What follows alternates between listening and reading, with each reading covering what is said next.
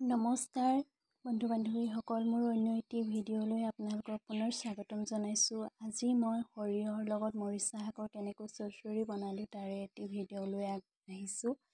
প্ৰথমতে কেৰাহীত তেল দি তাত মই কালজিৰা দিলোঁ আৰু কাটি ৰখা মই আলু তেলত দি মই কিছু সময় আলুখিনি ফ্ৰাই হোৱালৈ লৰাই থাকিলোঁ।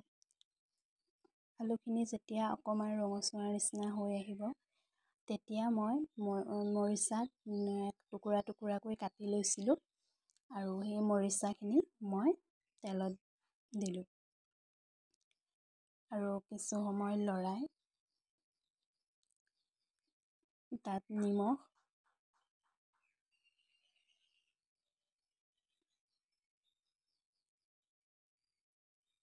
হালধি দি আকৌ পুনৰ লৰাই দিলোঁ।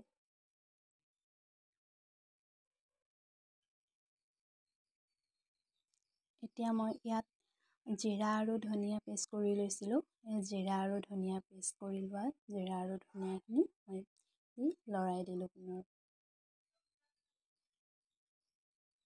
আৰু মই ইয়াত সৰিয়হ আৰু জলকীয়া একেলগে মিক্স কৰি পেষ্ট কৰিছিলোঁ।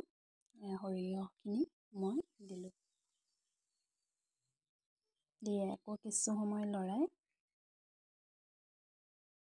সৰিয়হখিনি ভালদৰে গোটেই মছলাখিনি সৰিয়হৰ লগত গোটেই মছলাখিনি ভালদৰে মিহলি হ'বলৈ দি মই সামান্য পানী দি দিলোঁ। আলুখিনি ভালদৰে সিজা নাছিলে, মই হাফ ফ্ৰাই কৰিছিলোঁ, সেইকাৰণে আলুখিনি আৰু মৰিচাকেইডাল ভালকৈ সিজিবলৈ মই সামান্য পানী দিলোঁ। পানী দি এনেকৈ কিছু সময় উতলিবলৈ দিব।